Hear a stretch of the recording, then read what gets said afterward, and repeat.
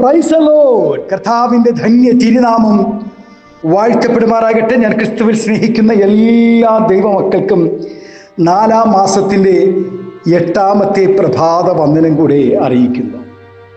ലോകമെമ്പാടുമായിരുന്നുകൊണ്ട് ഈ പ്രഭാതവും ഈ വചന സന്ദേശം ശ്രവിക്കുന്ന എല്ലാ ദൈവദാസന്മാർക്കും വാത്സല്യ കുഞ്ഞുങ്ങൾക്കും എൻ്റെ ഹൃദയത്തിൻ്റെ ആഴമേറിയ സ്നേഹത്തെയും വന്ദനത്തെയും നന്ദിയും ഒപ്പം പ്രാർത്ഥനയും അറിയിക്കുന്നു. പ്രാർത്ഥനയോടുകൂടെ ഈ പ്രഭാതവും വചന സന്ദേശത്തിലേക്ക് നമുക്ക് പ്രവേശിക്കാം. യിരെമ്യാ പ്രവാചകന്റെ പുസ്തകം 9-ാം അധ്യായത്തിൽ ഇപ്രകാരം കാണുന്നു: ഞാൻ യെരൂശലേമിനെ കൽക്കുന്നുകളും കുറുനരികളുടെ പാർപ്പിടവുമാക്കും. ഞാൻ യഹൂദ പട്ടണങ്ങളെ നിവാസികൾ ഇല്ലാതാകും വണ്ണം ശൂന്യമാക്കി കളയും.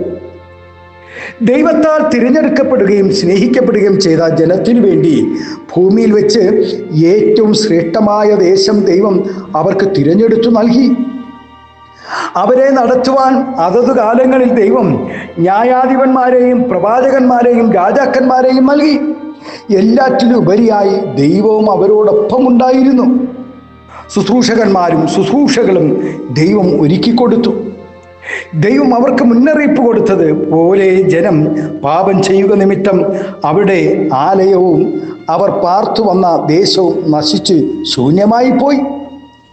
തങ്ങളുടെ ഹൃദയത്തിൻ്റെ ശാഠ്യത്തെയും തങ്ങളുടെ പിതാക്കന്മാർ തങ്ങളെ അഭ്യസിപ്പിച്ച ബാൽ വിഗ്രഹങ്ങളെയും അനുസരിച്ച് നടക്കുന്നത് കൊണ്ട് ഞാൻ ഈ ജനത്തെ കാഞ്ഞിരം കൊണ്ട് പോഷിപ്പിച്ച് നഞ്ചുവെള്ളം കുടിപ്പിക്കുമെന്ന് ദൈവം അരുളി ചെയ്തു. 74-ാം സങ്കീർത്തനത്തിൽ സങ്കീർത്തനക്കാരൻ പാടുന്നത്: നിത്യശൂന്യങ്ങളിലേക്ക് നിന്റെ കാലടി വെക്കണമേ, ശത്രു വിശുദ്ധ മന്ദിരത്തിൽ ആലയവും നശിപ്പിച്ചിരിക്കുന്നു എന്ന്. ദൈവം അവർക്ക് ശൂന്യത വരുത്തിയപ്പോൾ എന്തെല്ലാം നഷ്ടമായി എന്ന് അവർ ഓർത്ത് വിലപിക്കുന്നു. ഇസ്രായേലിൻ്റെ മരുഭൂമി യാത്രയിലാണ് ദൈവം അവരുടെ നടുവിൽ വസിക്കേണ്ടതിന് സമാഗമന കൂടാരം ഉണ്ടാക്കുവാൻ പറഞ്ഞത്. മരുഭൂമിയിലെ 40 വർഷത്തെ സഞ്ചാരത്തിന് ശേഷം അവർ കനാൻ നാട്ടിൽ പ്രവേശിച്ചപ്പോൾ സമാഗമന കൂടാരത്തിന് വലിയ പ്രാധാന്യം നൽകിയില്ല. അതിൻ്റെ ഭവിഷ്യത്തുകൾ അവർ അനുഭവിച്ചുകൊണ്ടു. എന്നാൽ ശലോമോൻ രാജാവിൻ്റെ കാലത്ത് അത്യന്തം മനോഹരമായ ആലയം പണിയപ്പെട്ടു. ഏകദേശം 500 വർഷത്തോളം ആ മന്ദിരം നിലനിന്നു. എന്നാൽ ഇസ്രായേലിൻ്റെ പാപം നിമിത്തം ആലയം വീണ്ടും തകർക്കപ്പെട്ടു. ഇവിടെ നാം ആലയത്തിൻ്റെ ശൂന്യത മാത്രമല്ല കാണേണ്ടത്. ദൈവം വസിക്കുന്നത് കല്ലും ഇഷ്ടികയും കൊണ്ട് നിർമ്മിച്ച ആലയങ്ങളിലല്ല. നാം ഓരോരുത്തരും ദൈവത്തിൻ്റെ ആലയങ്ങൾ ആകയാൽ നമ്മുടെ ശരീരമാം ആലയം ശൂന്യമാകാതിരിക്കാൻ നാം നിരന്തരം ജാഗ്രതയുള്ളവരായിരിക്കണം.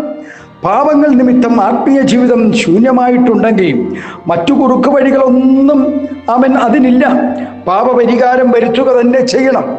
ജീവിതം ക്രമപ്പെടുത്തി കഴിഞ്ഞാൽ പഴയ അനുഭവത്തിലേക്കോ അതിലും ശ്രേഷ്ഠമായ അനുഭവത്തിലേക്കോ എത്തിക്കുവാൻ ദൈവം ശക്തനാണ്. കണ്ണുനീരോടും അനുതാപത്തോടും ദൈവത്തോട് അടുത്തു വരുമ്പോൾ ശൂന്യത മാറും. ദൈവത്തിന് പ്രസാദകരമായ നിലയിൽ ഉപവസിച്ച് പ്രാർത്ഥിച്ചാൽ പുരാതന ശൂന്യങ്ങളെ പണിയുവാൻ ദൈവം ഇടയാക്കും. ആദിയിൽ ദൈവം സൃഷ്ടിച്ച ഭൂമി അതിമനോഹരമായിരുന്നു. എന്നാൽ ദൂതൻ അഹങ്കരിച്ച് ഭൂതമായി തീർന്നതോടുകൂടി അന്നത്തെ ഭൂമി പാഴും ശൂന്യമായി തീർന്നു. എന്നാൽ ആ പാഴായ ഭൂമിയെ നാം ഇന്നും കാണുന്ന വിധം ദൈവം രൂപാന്തരപ്പെടുത്തി. ആമേൻ. അതുപോലെ ജീവിതത്തിലെ പ്രത്യാശ നഷ്ടപ്പെട്ട് ചിന്നിച്ചിതറി ശൂന്യതയുടെ നടുവിലാണ് ഈ പ്രഭാതം താങ്കളായിരിക്കുന്നുവെങ്കിൽ കുഞ്ഞെ മുണങ്ങിയ അസ്ഥികളെ പോലെ ജീവിതം തകർന്നവരെയും ദൈവം പണിതെടുക്കും. ആമേൻ. കുഞ്ഞെ, ഈ അസ്ഥി നാം തന്നെയാണ്.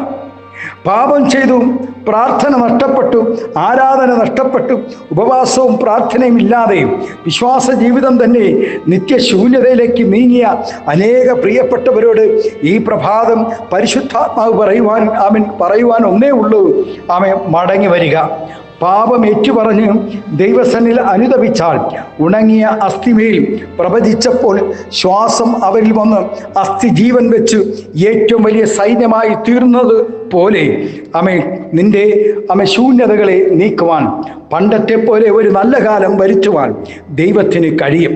ആമേൻ. ദൈവം നമ്മെ കണ്ടെത്തി വിളിച്ചു കൊണ്ടുവന്നത് നാം ശൂന്യതയിൽ കൂടെ സഞ്ചരിച്ച് നടന്നപ്പോഴല്ലേ? അഹങ്കരിക്കാൻ നമുക്കെന്താണുള്ളത്? ആഹാരമില്ലാതെ, നല്ല ഭവനമില്ലാതെ, നല്ല വസ്ത്രമില്ലാതെ, വാഹനമില്ലാതെ ശൂന്യതയിലായിരുന്ന നമ്മെ നിറവിൻ്റെ അനുഭവത്തിലേക്ക് ദൈവം കൊണ്ടുവന്നപ്പോൾ വിശുദ്ധ ആരാധന വേണ്ട, വിശുദ്ധ ജീവിതം വേണ്ട, സഭ വേണ്ട. പ്രിയ ദൈവവേദനയെ സ്തോത്രം, ഈ നിലകളിൽ നീ ജീവിച്ചാൽ ഉള്ള നിറവ് കൂടെ നീ ശൂന്യതയിലേക്ക് കൊണ്ടുപോകുമെന്ന് നീ മറന്നു പോകരുത്. ഈ പ്രഭാതം ദൈവ ഇഷ്ടത്തിന് അനുസരിച്ച് ജീവിതം നയിക്കുന്ന അനേകരുടെ ശൂന്യത, ശൂന്യാവസ്ഥയ്ക്ക് ദൈവം ഇന്നും പരിഹാരം വരുത്തിക്കൊണ്ടിരിക്കുന്നു. ആകയാൽ ശൂന്യതയിലേക്കും ഇല്ലായ്മയിലേക്കും നോക്കി നിരാശപ്പെട്ടുകൊണ്ടിരിക്കാതെ നമ്മുടെ സ്ഥിതിക്ക് ഭേദം വരുത്തുവാൻ കഴിയുന്ന ഏക കർത്താവിലേക്ക് നമുക്ക് ഈ പ്രഭാതം മടങ്ങി വരാം.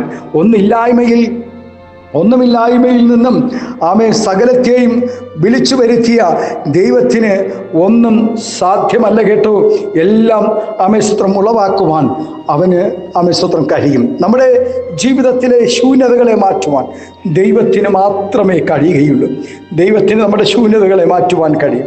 ഈ പ്രഭാതം ഞാൻ യെരൂശലേമിനെ കൽക്കുന്നുകളും കുറുനരികളുടെ പാർപ്പിടവുമാക്കുമെന്ന്, ഞാൻ യഹൂദ പട്ടണങ്ങളെ നിവാസികൾ ഇല്ലാതെ വണ്ണം ശൂന്യമാക്കുമെന്ന് ജനത്തോട് വിളിച്ചു പറഞ്ഞ ദൈവത്തിൻ്റെ ആത്മാവ് ഇന്നും സ്തോത്രം ഹല്ലേലൂയ, അത് കുറഞ്ഞു പോയിട്ടില്ല. ആ ശക്തിക്കൊന്നും കുറവ് വന്നിട്ടില്ല.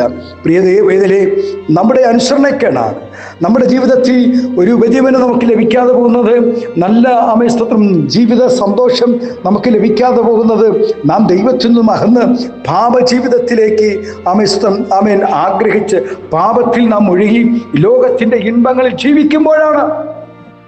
ലോക മനുഷ്യരെ പോലെ നമുക്ക് ജീവിക്കണം എന്നാഗ്രഹിച്ചാൽ ദൈവം നമുക്ക് ശൂന്യത വരുത്തുവാനിടയാകും.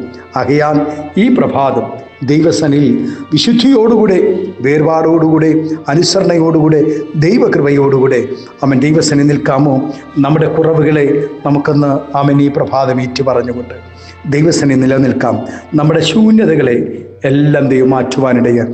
ഇന്ന് പ്രഭാതം ഈ ശബ്ദം ശ്രവിക്കുന്ന കർത്താവിൻ്റെ ദാസിദാസന്മാരെ, നിങ്ങളുടെ ശൂന്യതകളെ മാറ്റുന്ന ഒരു ദൈവമുണ്ട്. ആമേൻ, സ്തോത്രം, ഹല്ലേലൂയ. ആമേൻ.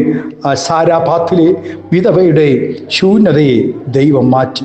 കലത്തിലെ മാവ് തീർന്നു പോകാതെ, ഭരണിയിലെ എണ്ണ വറ്റിപ്പോകാതെ ദൈവം സ്തോത്രം ക്ഷാമം ക്ഷേമമായി പോഷിപ്പിക്കുവാനിടയായി.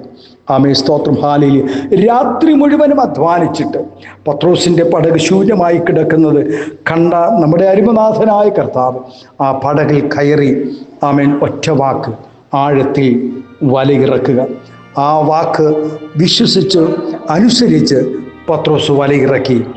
പെരുത്ത മീൻകൂട്ടം തൻ്റെ പടക് മുങ്ങുമാറ് വലിയ മീൻകൂട്ടം തനിക്ക് ലഭിക്കുവാനിടയായി. പ്രിയ ദൈവത്തിലെ, യേശു നമ്മോട് എന്തെങ്കിലും കൽപ്പിച്ചാൽ നാം അത് ചെയ്യണം. അത് ചെയ്യുമ്പോൾ നമ്മുടെ ശൂന്യതകളെ മാറ്റും. നമ്മുടെ ശൂന്യതകളെ മാറ്റുവാൻ ഒരുവനെ ഉണ്ടാകൂ. അവൻ്റെ പേര് നസ്രയനായ യേശു. ആകയാൽ ഈ പ്രഭാതം പ്രാർത്ഥനയോടുകൂടെ നമ്മുടെ കണ്ണുകളെ ദിവസത്തിനടയ്ക്കാം. നമുക്കൊരു നിമിഷം പ്രാർത്ഥിക്കാം. പരിശുദ്ധ പിതാവേ, നല്ല ദൈവമേ, സ്നേഹവാനായ ഞങ്ങളുടെ നല്ല കർത്താവേ, ശൂന്യതകളെ മാറ്റുന്ന ഒരു ദൈവം ഇന്ന് പ്രഭാതം ഞങ്ങൾക്കായി വെളിപ്പെട്ടതിനായി സ്തോത്രം ചെയ്യുന്നു. അനേക ഭവനങ്ങൾ ശൂന്യമായി കിടക്കുന്നു, പട്ടണങ്ങൾ ശൂന്യമായി കിടക്കുന്നു, രാജ്യങ്ങൾ കർത്താവേ യുദ്ധങ്ങളും കർത്താവേ യുദ്ധശ്രുതികളുമായി കർത്താവേ എത്രയോ പട്ടണങ്ങൾ ശൂന്യമായി കിടക്കുന്നു. കർത്താവേ, ഈ ദിവസങ്ങൾ ശൂന്യതകൾ നീങ്ങട്ടെ. യേശുവിൻ്റെ നാമത്തിൽ എല്ലാ പ്രിയപ്പെട്ടവരുടെ ഭയങ്ങൾ മാറിപ്പോകട്ടെ. സ്തോത്രം, ഹല്ലേലൂയ. കുഞ്ഞുങ്ങളുടെ വിദ്യാഭ്യാസങ്ങളെ അനുഗ്രഹമാക്കണമേ, അവരുടെ ഭാവിയെ ധന്യമാക്കണമേ എന്ന് പ്രാർത്ഥിക്കുന്നു. ആലയങ്ങൾ നിറയപ്പെടട്ടെ. ഈ കാലഘട്ടങ്ങൾ കർത്താവെ, മനുഷ്യൻ പാപം ചെയ്ത് പാപത്തിനു വേണ്ടി വെമ്പൽ കൊണ്ട് ഓടുമ്പോൾ സഭകൾ ശൂന്യമായി കിടക്കുന്നു. കർത്താവേ, അങ്ങ് കാണണമേ, അങ്ങ് ശൂന്യതകളെ നീക്കണമേ. കർത്താവെ, ഈ ദിവസങ്ങളിൽ പടകിൻ്റെ ശൂന്യത നീങ്ങിയതുപോലെ കർത്താവെ, സാരാഭാത്തിലെ വിധവയുടെ ഭവനത്തിലെ ശൂന്യത നീങ്ങിയതുപോലെ ആമേ സ്തോത്രം ആലയത്തിലെ ശൂന്യതകളെ എൻ്റെ ദൈവം നീക്കണമെന്ന് പ്രാർത്ഥിക്കുന്നു. സാമ്പത്തികമായ ശൂന്യതകൾ നീങ്ങട്ടെ. ദൈവം അത്ഭുതങ്ങൾ ചെയ്യണമേ. സമാധാനവും സന്തോഷവും എല്ലാവരുടെ മേലും പകരണം. സ്വർഗം അത്ഭുതം ചെയ്യും. മഹത്വം എടുക്കണം യേശുവിൻ്റെ നാമത്തിൽ.